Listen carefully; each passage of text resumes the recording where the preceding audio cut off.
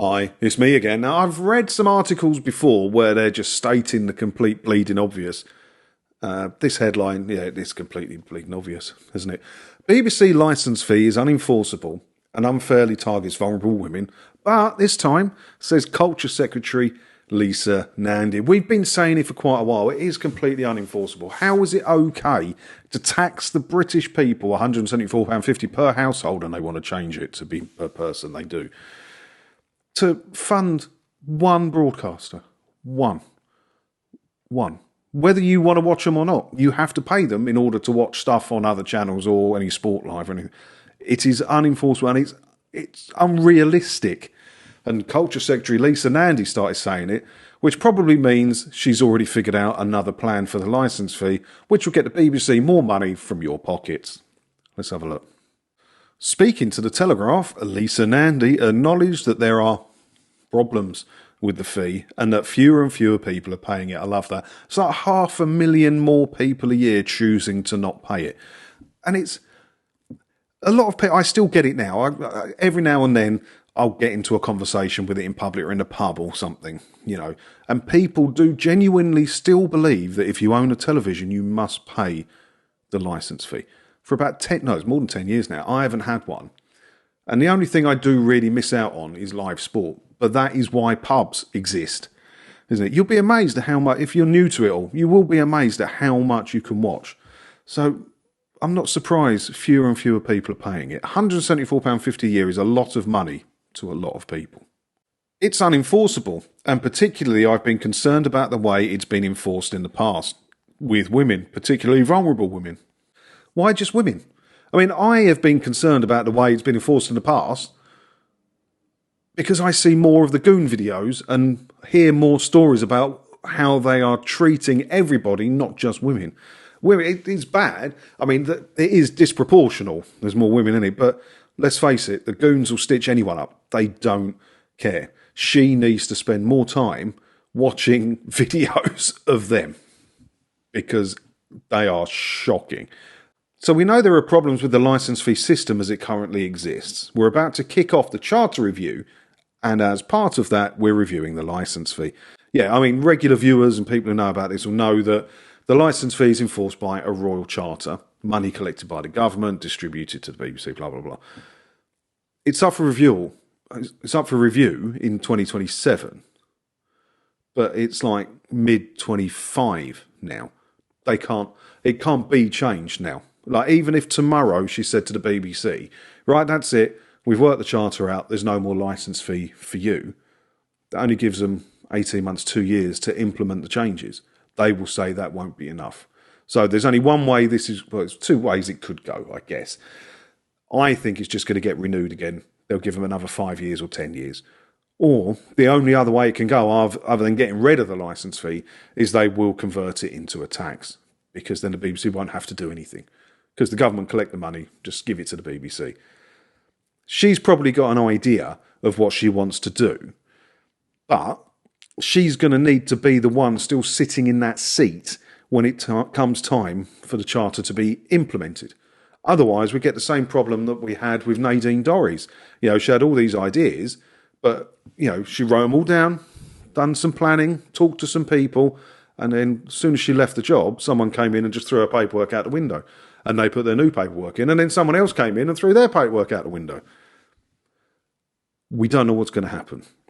I know what I would like to see, but I think we're just going to get an extension on the licence fee as it is for the next charter, which isn't the worst thing in the world. It's better than like going on your council tax or something like that where you can't avoid it, isn't it? I don't know. We'll see. Nandy has previously said she could be open to replacing the flat licence fee with a sliding payment scale after a suggestion by the BBC's new chairman, Samir Shah. Friend of the BBC loves the BBC, to Samir Shah. So I'm not surprised to hear him say a sliding scale, because that will mean more money for the BBC. They're not just going to take money from the tippity top 1% of the country.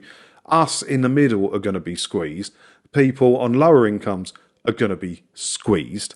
And the only people that are going to get away with it are the people with zero income, who will still have to pay probably 200 quid a year.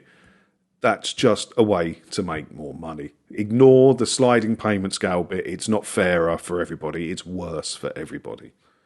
She has ruled out the licence fee being replaced by general taxation, and in November last year said the government would use a review of the BBC's Royal Charter to consider alternate ways of funding the corporation. She also noted that she's open to a different system, but we haven't put forward any preferred options at this stage. In other words, she's got no fucking idea what she's doing.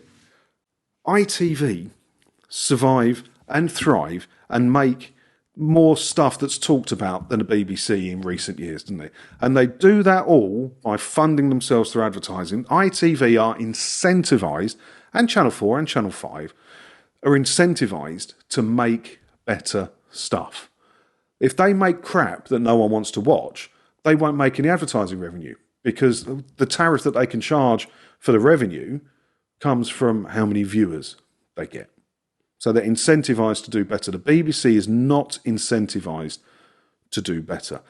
That's why they're not talking about advertising for the BBC. They say, oh, there's not enough advertising to go around. We'll lessen the pie for... No, you won't. There's more money going into advertising now than in any other time in human history.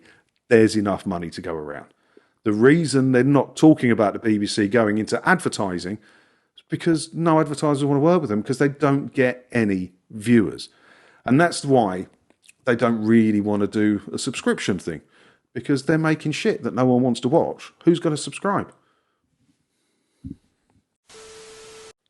Previously I have said a couple of times the way I would do it.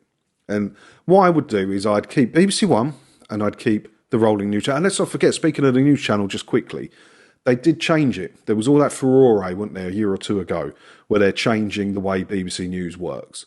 The reason they've done that is because they've implemented ad breaks for when it's shown in foreign markets. Because they want to be, you know how when you go to a foreign hotel and you put the telly on, there's always CNN. They want to be the new CNN abroad. They want their propaganda spread all abroad. And by being abroad, they can have ad breaks. So you won't see the ad breaks here in this country. You'll see like news updates or whatever.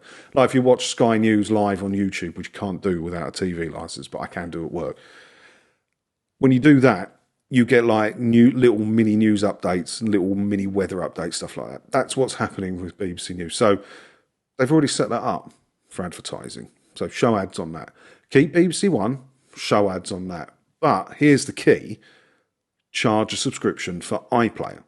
And then if you want to watch, like, say you like it, I always use EastEnders as the concept here. You want to watch tonight's EastEnders, right? You can't on BBC One. You've got to pay to watch it via iPlayer. And now it's on every telly and every phone, so it wouldn't be a problem implementing it, will it? So you want to watch the latest stuff, you have to have a subscription for it. If you don't want to pay the subscription, you'll still be able to see the omnibus of EastEnders, whatever, on a Sunday afternoon, but chock full of adverts. So they can get subscription revenue and advertising revenue and probably make more money than they do now and be incentivised to make better stuff. But that won't happen, will it? Because that's not guaranteeing money from the pockets of the British people. So that's not going to be what happens. Let me know what you think about all of this down in the comments below. And as always, thanks for watching. Way down and leaving your comment. Hit all the buttons and everything as well, because if you do all that, hopefully I'll get to see you in another video again soon, won't I? Ta-da.